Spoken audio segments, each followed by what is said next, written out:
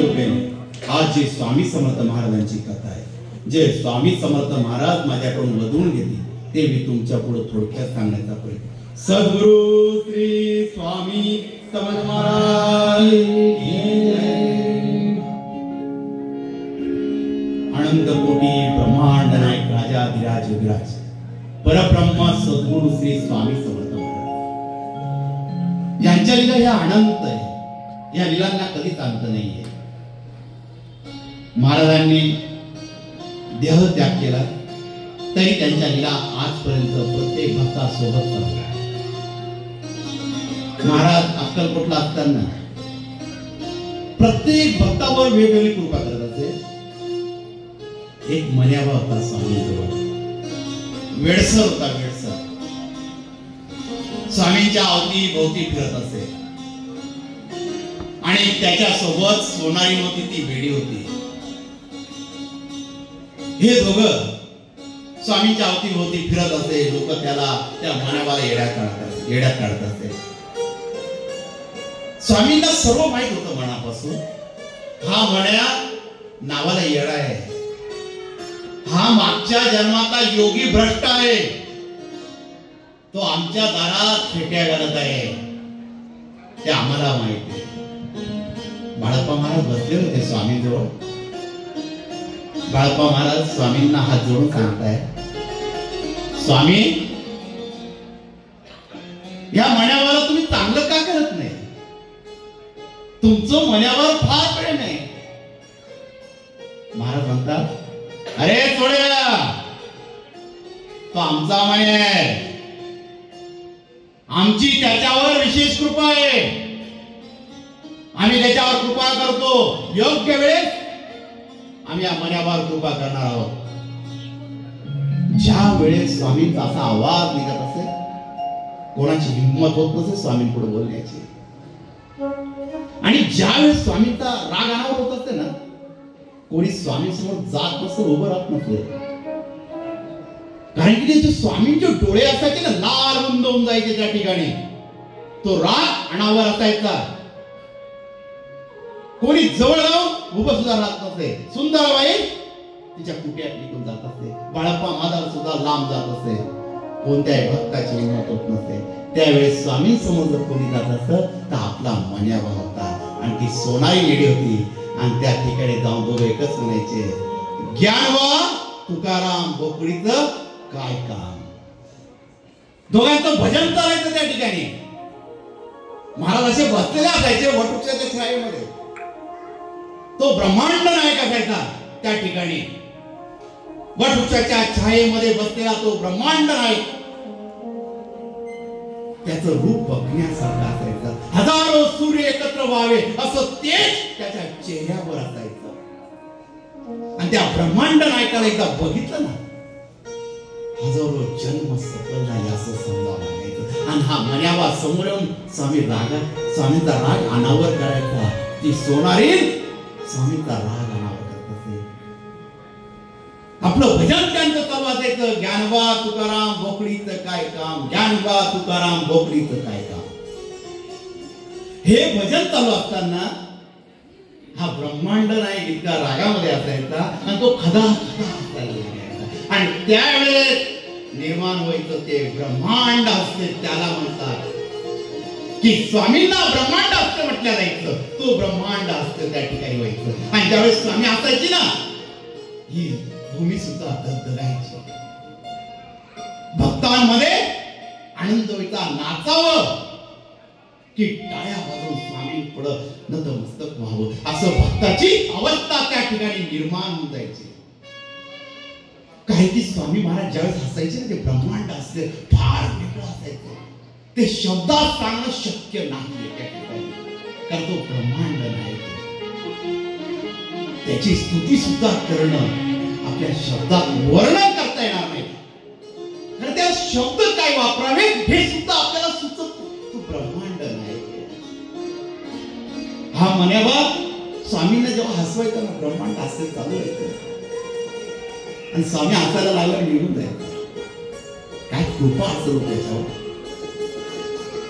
एवढ्या भक्तांमध्ये हजारो भक्त स्वामींची सेवा करत होते, हजारो अति हुशार होते, काही जण श्रीमंत होते, स्वामींच्या चरणी लोळत होते, पण स्वामींची कृपा त्या मण्यावर फार वेगळी होती. महाराज म्हणतात, मण्या तुझ्या खेट्या बाकी आहे,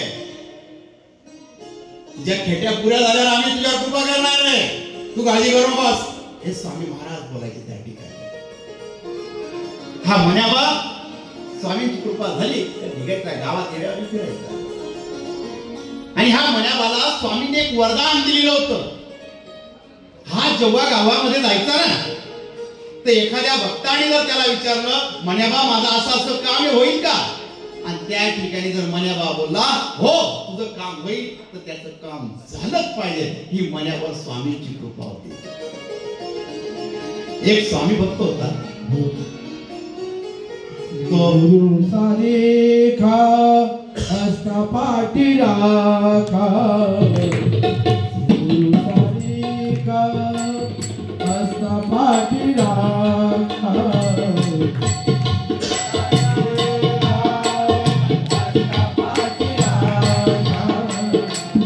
गुरु सारे खा हस्ता पाठी राखा,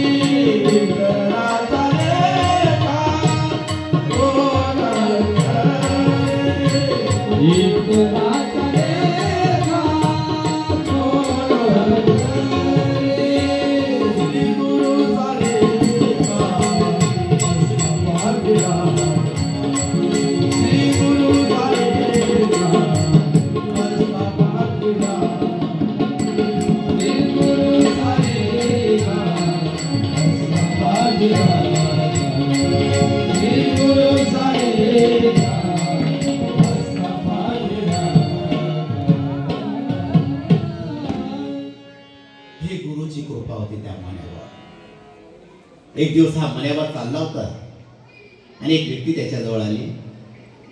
मण्या, अरे माझा असं असं काम आहे, होईल का रे?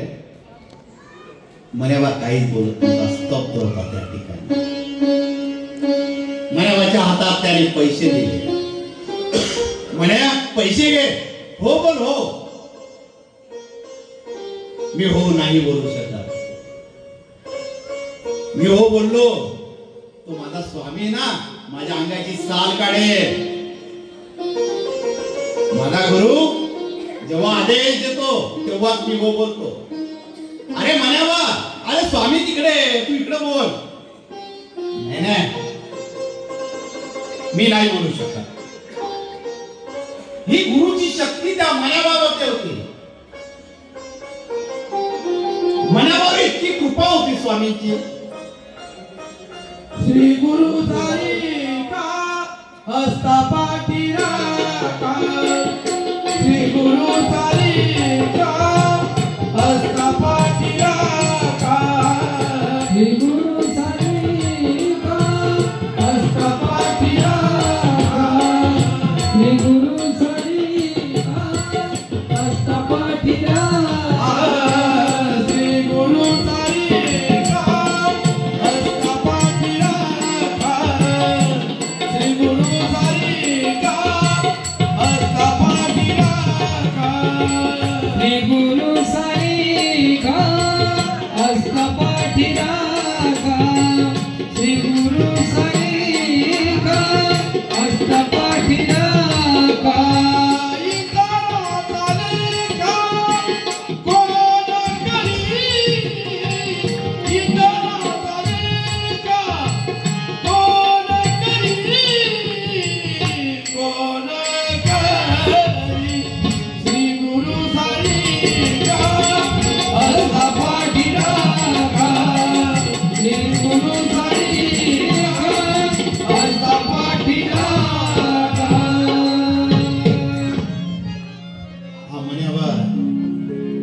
गुरुची कृपा असताना स्वामी जवळ गेला आणि गुरुचं आणि शिष्याचं नातं फार वेगळं असतं बरं. गुरु जेव्हा काही कोड मध्ये बोलत असतात शिष्याशी. आणि या मन्यावाला स्वामी महाराज काही कोडवड शब्द होते त्यांच्याकडे, आणि ते मन्यावाला खुणवत असेल, मन्यावाला समजून जात असेल. आता बाळप्पा महाराज त्यांना मानसपुत्रच मानत असे. बाळप्पा महाराज, चोळप्पा महाराज हे स्वामींच्या अति जवळचे, पण मन्यावरची कृपा फार वेगळी होती. गुरु लीलामृत मध्ये त्यांचा प्रसंग सांगतात की हा मन्यावा स्वामींजवळ उभा होता आणि महाराजांनी त्याला काहीतरी खुणवलं. बाळप्पा महाराज जवळ बसले, ते स्वामी काय बाळ्या शांत बस, ते आम्ही बघू. मन्याबरोबर काय चाललेलं ते आम्ही बघू. मन्यावा नाचत सुटला.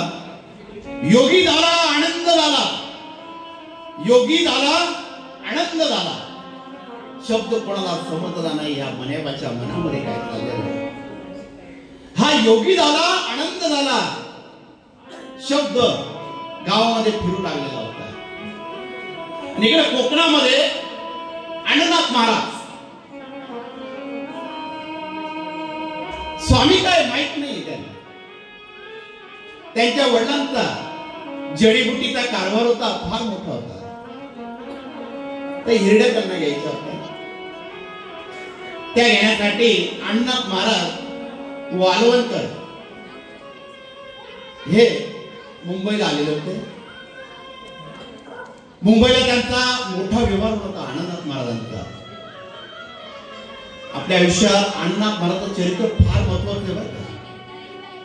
अण्णानाथ महाराज आपल्यासाठी फार मोठी भेट घेऊन गेलेले. प्रत्येक भक्तासाठी, प्रत्येक शिष्यासाठी संकट काळी जी अण्णानाथ महाराजांनी भेट दिली ती आपल्याला फार उपयोगाची. ते अण्णानाथ महाराज मुंबईला आलेले होते. त्यांचा व्यवहार करण्यासाठी रामचंद्र त्यांना भेटले होते. रामचंद्र हे स्वामी भक्त होते. आणि त्या ठिकाणी अण्णानाथ महाराज आणि ते दोघं बोलू लागले. त्यावेळेस रामचंद्र महाराज एकच बोलले, अक्कलकोटला दत्त अवतारी स्वामी समर्थ महाराज प्रगट झालेले. एक दत्त अवतार आहेत, त्यांच्यामध्ये एक अद्भुत शक्ती.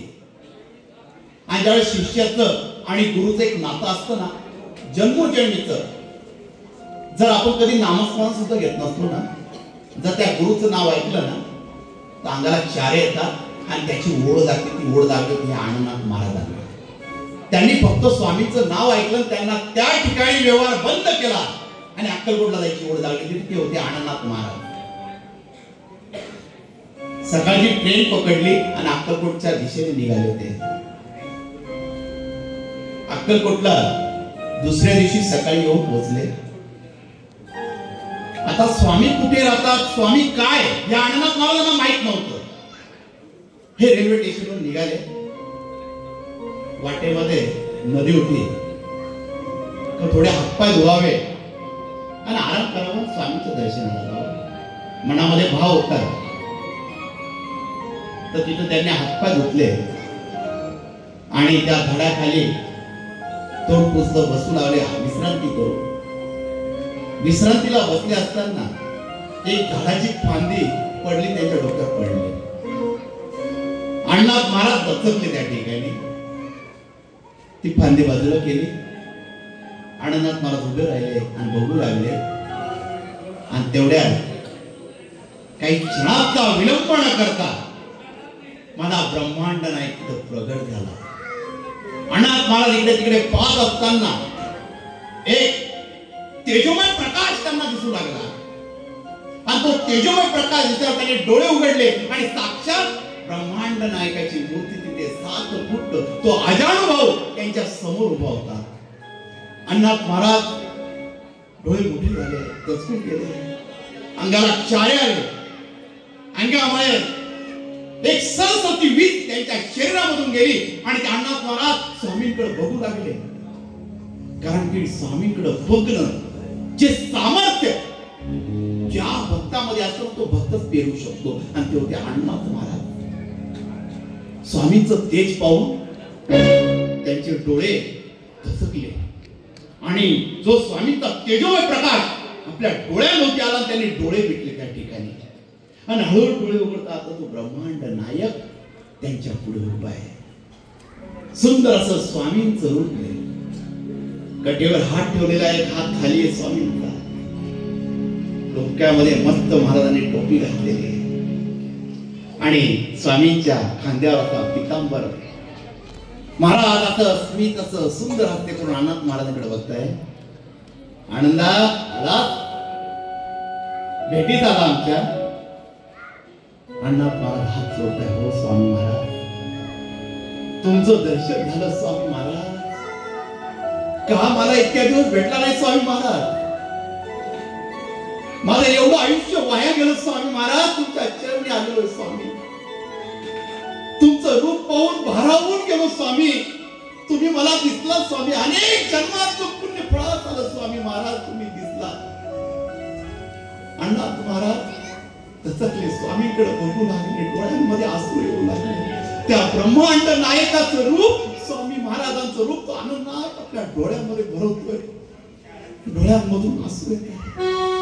त्या आनंदाचे अश्रू अंगात स्वामी. किती जन्माचं पुण्य असतं तुम्ही मला ह्या जन्मात भेटला स्वामी. पण वेळ लावली गुरुराया. मला क्षमा करा स्वामी. तुमच्या चरणांपर्यंत भेटण्यासाठी मी फार दुरावलो होतो स्वामी. आज वेळ लागली स्वामी. आज तुमच्या चरणी लिहितो स्वामी. स्वामी क्षमा असावी. स्वामी क्षमा असावी.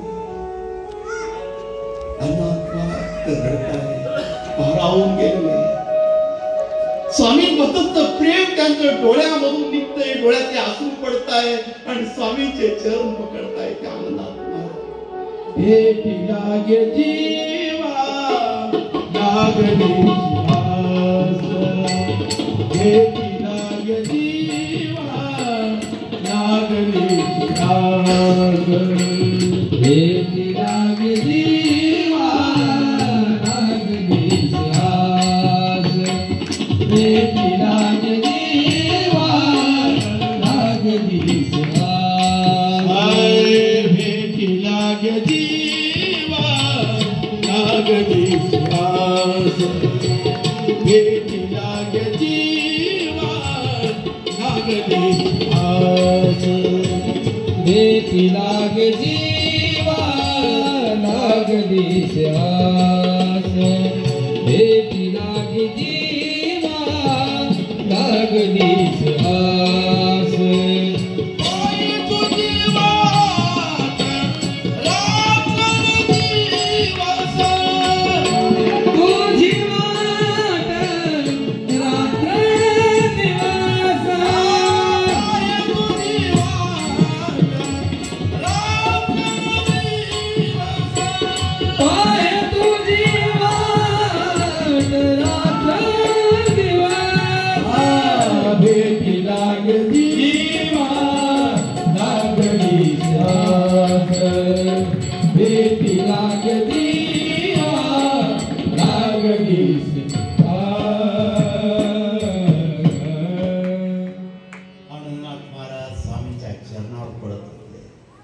महाराज म्हणता आनंदा उठ.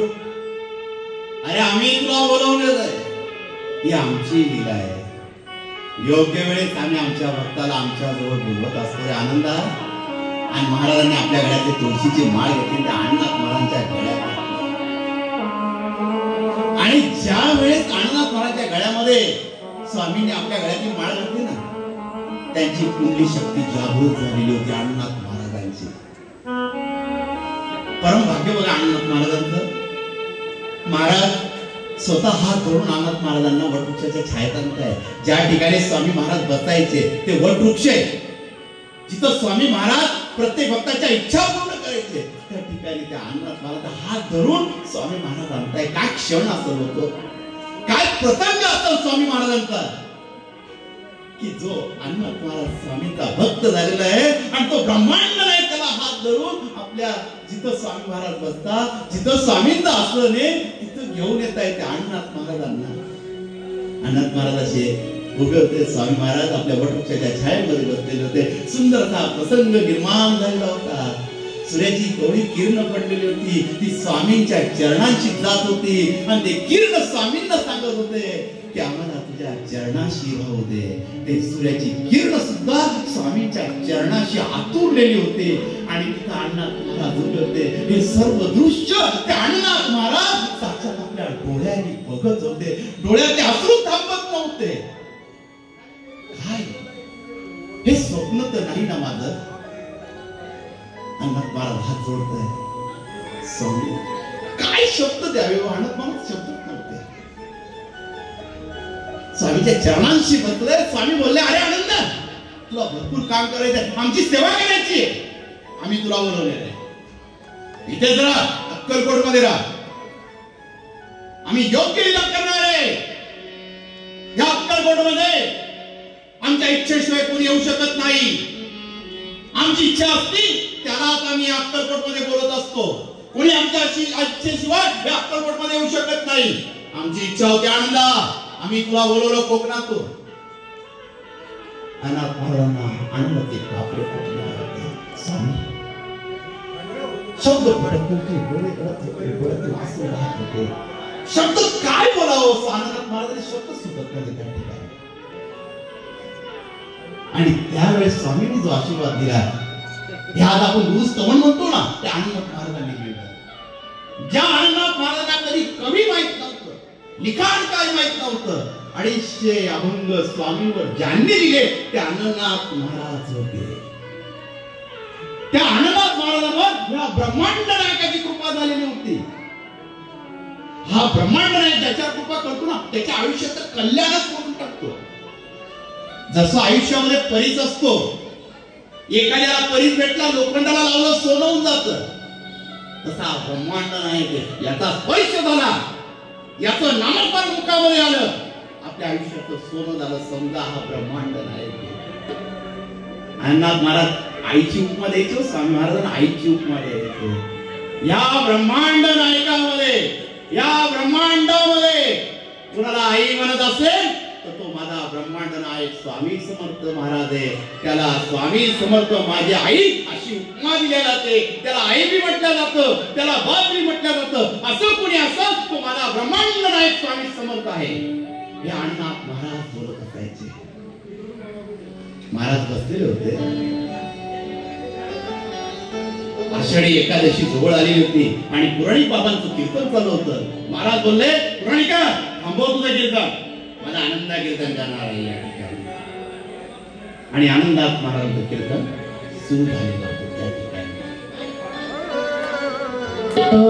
संत कृपा झाले, झाले संत कृपा झाले, झाले संत कृपा झाले, झाले संत कृपा झाले,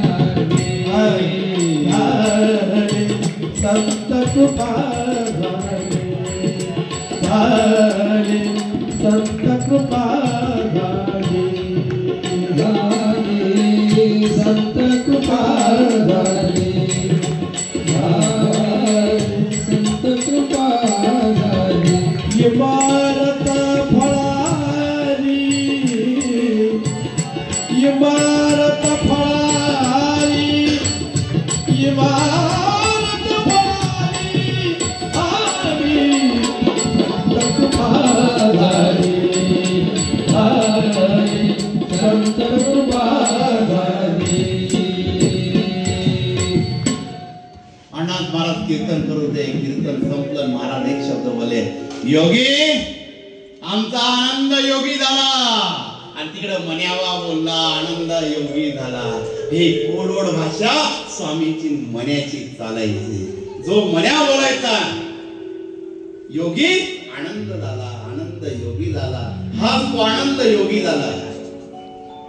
अण्णाथ महाराज स्वामी समोर आले आणि त्या कीर्तनामधून त्या अण्णाथ महाराजांनी तारक मंत्राचं लिखाण केलं. आणि आज जो आपण तारक मंत्र म्हणतो, निशंक हो निर्भय हो मनारे प्रचंड स्वामी बळपाठीसे, अदमिक्यावधूत हे स्मरणगामी अशक्य ही शक्य करतील स्वामी. जिथे स्वामी पाय तिथे न्यून काय, स्वय भक्त प्रारब्ध घडवी माय. हे जो तारक मंत्र आहे तो अण्णाथ महाराजांनी लिहिला आहे. अण्णाथ महाराजांना स्वामींनी जवळ बोलवलं. आणि महाराजांनी परत दुसरी माळ काढली आणि त्या अण्णानाथ महाराजांच्या गळ्यामध्ये घातली. अण्णानाथ महाराज रडू लागले. त्या ठिकाणी स्वामी प्रसाद, ओ योगेश, आम्ही तुला प्रसाद देणार आहोत. आणि त्यावेळेस महाराज खोकलले. महाराजांना ठसका आला. महाराज थकारू लागले. काही नव्हतं काय झालं स्वामींना, कोणाला समजत नव्हतं त्या ठिकाणी. पण अण्णानाथ महाराजांना ठाऊक होतं महाराजांचं खकारणं प्रसाद देणं आपल्याला. महाराज खकारत होते त्या ठिकाणी. आणि खकारता या अण्णानाथ महाराजांनी आपली ओंजळ पुढे केली. स्वामी मला द्या. भरप्पा महाराज, चोळप्पा महाराज, अनेक स्वामी भक्त बघतात. अरे अण्णानाथ महाराज काय मागताय, आनंद काय मागतोय. अण्णानाथ महाराज घोड्यावर पाय ठेवून आपले जमिनीवर गुडघे ठेवून, स्वामी मला द्या, स्वामी मला द्या. स्वामी खकारतात. आणि त्या खकाऱ्यामधून स्वामींचा कप बाहेर पडतो. त्याच्यातून आत्मलिंग पादुका स्वामी महाराज आपल्या गळ्यातून खकारून त्या अण्णानाथ महाराजांच्या हातामध्ये जोडीमध्ये देत आहे. अण्णानाथ महाराज त्या पादुका घेऊन आनंद वेगळा होतोय. अशा पादुकांच्या रेषा उमटलेल्या होत्या त्या पादुकांवर. त्या आत्मलिंग पादुका स्वामींनी आपल्या घशातून काढून दिलेल्या होत्या अण्णानाथ महाराजांच्या जोडीमध्ये. अण्णानाथ महाराजांनी त्या पादुका घेतल्या. त्या आत्मलिंग पादुका स्वामींनी त्या अण्णानाथ महाराजांनी आपल्या कपाळी लावल्या. आनंदा वेंगुर्ल्याला मला मठ उभार कर. मी वेंगुर्ल्याला आहे, फक्त आमच्या कल्याण या पादुका आता तुला देतोय. हे स्वामी महाराज बोलत होते. पाय तुझे रे, पाय तुझे गुरुराया, गुरुराया हीच माझी देव पूजा. पाय तुझे रे, पाय तुझे गुरुराया, गुरुराया हीच माझी देव पूजा. गुरुचरणाची माझी हीच माझी भागीरथी. गुरुचरणाचे ध्यान हेच माझे संध्यास्थान. गुरुचरणाचे ध्यान हेच माझे संध्यास्थान. हेच माझे संध्यास्थान, हेच माझे संध्यास्थान, हेच माझे संध्यास्थान, हेच माझे संध्यास्थान. पाय तुझे रे, पाय तुझे गुरुराया, गुरुराया हीच माझी देव पूजा. पाय तुझे रे, पाय तुझे गुरुराया, गुरुराया हीच माझी देव पूजा. अण्णानाथ महाराजांनी शब्द ऐकले. महाराज म्हणत होते वेंगुर्ल्याला जा, माझा मठ स्थापन कर. अण्णानाथ महाराजांना आदेश झाला होता ब्रह्मांड नायकाचा. आपल्याला घरी यायला लागलं, आपल्याला घरी जायचं, आपल्याला जायचं, आपल्याला किती आनंद होतो. तर त्या अण्णानाथ महाराजांच्या दुःखाचे आसरू पडत होते की मला आता स्वामींचे चरण सोडून जावं लागलं आहे. महाराज म्हणताय, अरे आनंद, आम्ही दिल्यानंतर बाजूला मग का थांबवत, तुला अजून एवढ्याला जायचंय. एवढ्यामध्ये तुला मठ स्थापन करायचं आहे. पहिला मठ आमचा स्थापन कर वेंगुर्ल्याला. या पादुका तिथे स्थापन कर. भक्तांचं कल्याण कर. भक्तांना योग्य मार्गदर्शन दे. हे स्वामी महाराज बोलत होते. अनंतनाथ महाराजांच्या मुखातून शब्द निघत होते. कारण स्वामींचा आदेश होता तो पाळायचा होता. गुरुचा आदेश पाळणं हे शिष्याचं काम असतं. गुरु आपला कसा असतो, तो गुरु असतो.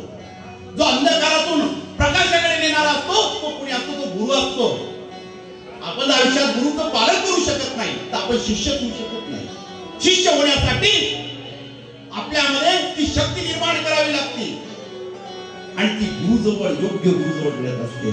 आणि एखाद्या गुरुपासून आपल्याला काही भेटलं, आपल्याला योग्य आपल्या जीवनाची दिशा मिळाली, समजून घेतो तो गुरु आपल्याला योग्य दिशा दाखवल. तशी दिशा या अण्णानाथ महाराजांना स्वामी समर्थांनी दाखवली. डोळ्यामध्ये दुःख होतं आणि एक आनंद होता. स्वामींनी मला आत्मलिंग पादुका दिलेल्या आणि त्या पादुका घेऊन वेंगुर्ल्याला अण्णानाथ महाराज आले. आणि तिथे आज सुद्धा तुम्ही कधी वेंगुर्ल्याला गेला तर त्या पादुकांचं दर्शन होईल. स्फटिका सारख्या आहेत. स्वामींनी घशामधून खकारून दिलेल्या पादुका आहेत. तुम्हाला बघायला मिळतील दर गुरुवारी दर्शन लागतं वेळगुरल्याला. अण्णा पाळाचा मठ आहे, जुना घर आहे. आज सुद्धा त्या पादुकांचं दर्शन दिलं जातं. पहिले हात लावायचे, कोणीतरी भक्तांनी नख लावला होता म्हणून त्या पादुकांमधून रक्त बाहेर आलं होतं. तेव्हापासून त्यांनी काचीच्या पेटीमध्ये त्या पादुका पॅक केलेल्या आहेत. पण आज सुद्धा स्वामींच्या पादुका अनेक त्याच्यावर संशोधन करण्यात आलं. स्फटिके का काय समजू शकलेलं नाही. ही त्या ब्रह्मांड नायकाची लीला आहे. आणि दुसरा मठ अण्णाथ महाराज येवल्याला आले. येवल्यापासून 2 किलोमीटर अंतरावर सावरगाव आहे, तिथं अण्णाथ महाराजांचा मठ आहे. आज सुद्धा स्वामी महाराज 6 महिने अण्णाथ महाराजांसाठी त्या सावरगावला गेले होते. आणि तो अण्णाथ महाराजांचा मठ सावरगावला आहे. हा ब्रह्मांड नाही कशी कृपा करेल, कोणत्या भक्ताचं कल्याण करेल हे सांगता येत नाही. आणि कृपाई ठेविता भाव आपे आपे भेटेल देव, आपे आपे भेटेल देव. गुरु कृपाई ठेविता भाव आपे आप भेटेल देव, ठेविता आपे आपे भेटेल देव, आपे आपे भेटेल देव, आपे आपे भेटेल देव, आपे आपे भेटेल देव. गुरु पाई ठेविता आपे आप भेटेल देव, आपे आपे भेटेल देव.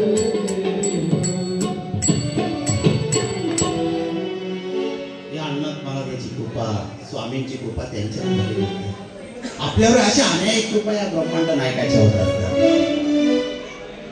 आज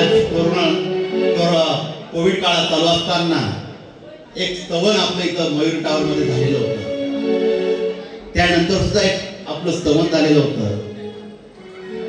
तर त्यावेळेस सुरगाण्याचा जो मठ होता फक्त श्री स्वामी समर्थ दिव्य मठ सुरगाणा होता. या स्तवनामध्ये आम्ही शक्ती बघितलेली स्वामींची.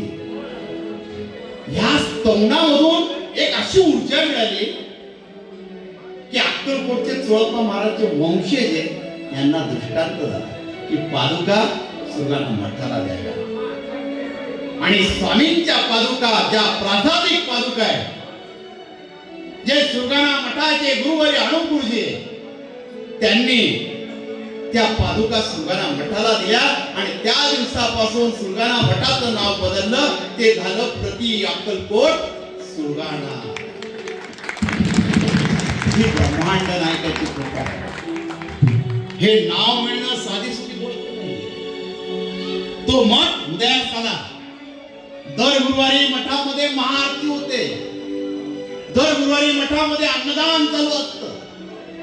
अनेक भक्त येतात, रडत येतात, हसत येतात.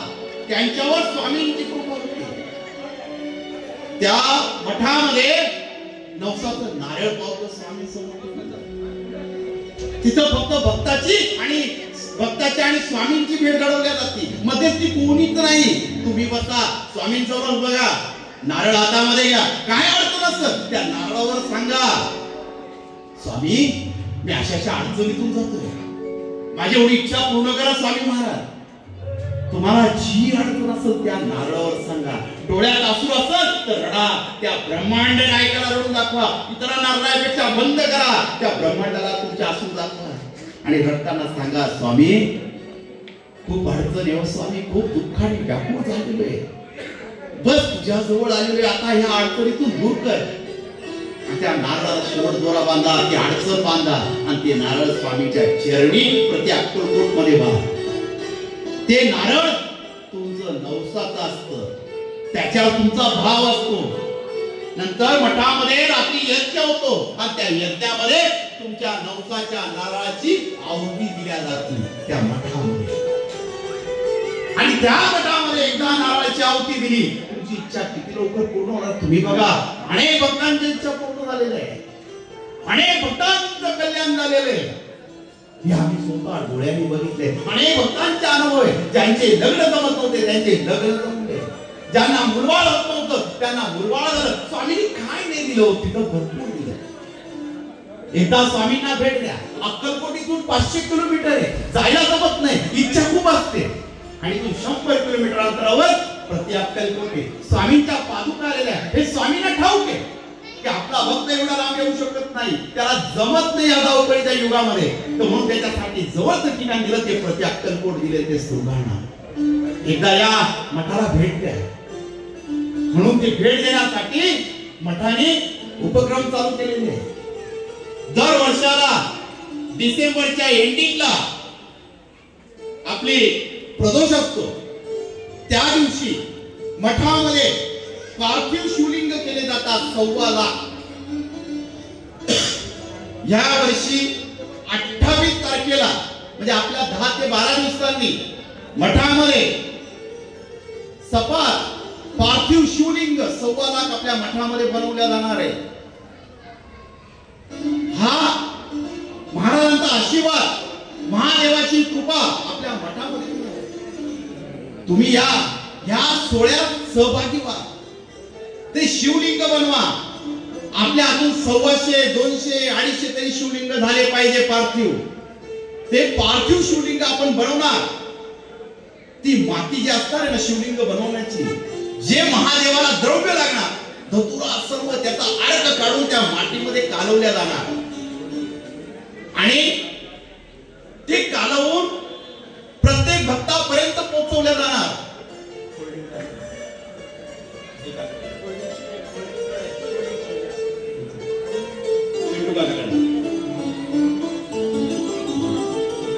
तर त्या मातीमध्ये जे महादेवाला अर्क लागणार आहे ते टाकले जाणार, त्याची पूजा केली जाणार आणि त्याचा रुद्राभिषेक होणार आणि त्याचे शिवलिंग बनवून 1.25 लाख शिवलिंग आपल्याला एका दिवसात बनवायचे आणि त्याची महादेवाची 1.25 लाख शिवलिंगांची पिंड बनवल्या जाणार. मग परत त्या शिवलिंगाची रुद्राभिषेक पूजा होणार, त्याच्यावर रुद्राक्ष ठेवल्या जाणार आणि त्या रुद्राक्षांचा रुद्राभिषेक होणार. रुद्र याग होणार आहे मठामध्ये 4 तासाचा. महाराजांचा पुरुषोक्त अभिषेक होणार आहे. एका दिवसाचा हा सोहळा आहे. त्यासाठी अक्कलकोटून मठाचे गुरुवर्य अनु गुरुजी येत आहे हा सोहळा बघण्यासाठी. त्र्यंबकेश्वरचे परचवाले बाबा येत आहे, गंगापूरचे दत्तधामचे दत्तदास महाराज येणार आहे, रमणगिरी महाराज येणार आहे, आव्यामधले अनेक रूपी महाराज येणार आहे, गुजरात मधले अजय बापू येणार आहे आणि कबीरदास धाम मध्ये कबीरदास महाराज येणार आहे. अनेक संत त्या दिवशी आपली उपस्थिती लावणार आहे, त्यांचा दर्शन सोहळा असणार आहे. आणि 29 तारखेपासून आपले गुरुवर्य विजू बापू यांची शिवकथेला प्रारंभ होणार आहे. 7 दिवस विजू बापूंची कथा चालणार आहे मठामध्ये 7 ते रात्री 10 वाजेपर्यंत. आणि 28 तारखेला दिवसभरचा कार्यक्रम असणार आहे. सकाळी 8 वाजेपासून सपाद शिवलिंगाचा. सर्वांना शिवलिंग बनवायचे तिथे. ते शिवलिंग प्रत्येकाने आपल्या हाताने बनवायचे, आपली इच्छा सांगायची आणि ते शिवलिंग बनवत असताना तो भाव ठेवायचा आहे. नंतर अनुभव बघा, सर्वात मोठा कार्यक्रम होणार आहे महाराष्ट्रात. दरवर्षीचा कार्यक्रम पुढे बनवला जातो तो सुरगाणामध्ये प्रति अक्कलकोटच्या ठिकाणी सपाद 1.25 लाख शिवलिंग बनवल्या जातात. या कार्यक्रमाचे सहभागी व्हा, त्या सोहळ्याचे साक्षीदार व्हा. आयुष्यातला फार मोठा अनुभव आहे. ज्यांना यायचं असेल सकाळी 6 ला गाडी, 8 वाजेपर्यंत तिथं पोहोचाल. 7 वाजता बस आहे, 9 वाजता बस आहे. पण येऊन 125-200 तुम्हाला जे शिवलिंग बनवतात तेवढे बनवा, तेवढी पूजा करा. आपल्या घरी आले तरी चालत, पण त्या सोहळ्याचे साक्षीदार व्हा. अनेक महिला प्रदोषाचं व्रत करतात. ते व्रत करत असताना काहींचा संकल्प तुटून जातो, अर्धवट प्रदोष होतात, मध्येच प्रदोष सुटून जातात. तो दोष असतो. तो दोष सोडण्यासाठी आपल्या मठामध्ये संकल्प सोडणारे प्रदोष ज्या पूजा करतात त्यांच्यासाठी त्यांची स्पेशल पूजा आपल्या मठामध्ये सायंकाळी 5 वाजता होणार आहे प्रदोष पूजा. तर आपल्याकडून ती पूजा घरी होणार नाही, तर ती पूजा तिथं ब्राह्मणांच्या हस्ते करून घ्या आणि त्या कार्यक्रमासाठी सर्वांनी या. आपल्या मठाचा दरबार त्या फोल्डिंग पत्रिकेमध्ये आहे, तो बघून घ्या तुम्ही. सेम प्रति अक्कलकोट बनवलेला आहे. मोरे सर त्या फोल्डिंग पत्रिका त्याच्यामध्ये त्या काही जणांना हा आपला मठाचा दरबार आहे. जसा अक्कलकोट आहे त्याप्रमाणे आपण हा दरबार बनवलेला आहे स्वामींचा. ह्या स्वामींच्या दरबारामध्ये कुठलाही आर्थिक व्यवहार होत नाही. हा स्वतः स्वामी मठ चालवून घेतात. ज्याची इच्छा होती त्याला स्वामी बोलवून घेतात, त्याच्याकडून काम करून घेतात. हा मठाचा अनुभव आहे. सर्व स्वामी पाहतात या मठामध्ये कारभार. हा अनुभव या मठामध्ये. एकदा या मठाला भेट द्या, तुम्ही स्वतः आम्हाला अक्कलकोट आल्याचं समाधान या मठामध्ये मिळालं. आणि ते प्रति अक्कलकोट आपण सुरगाण्यामध्ये 2 एकर मध्ये आपण स्थापन केलेलं आहे. तर एकदा या मठ बघा, स्वामींचं स्वरूप बघा आणि स्वामींच्या ज्या प्रासादिक पादुका आपल्याला मिळालेल्या आहेत त्याच्यावर एकदा मस्तक ठेवा.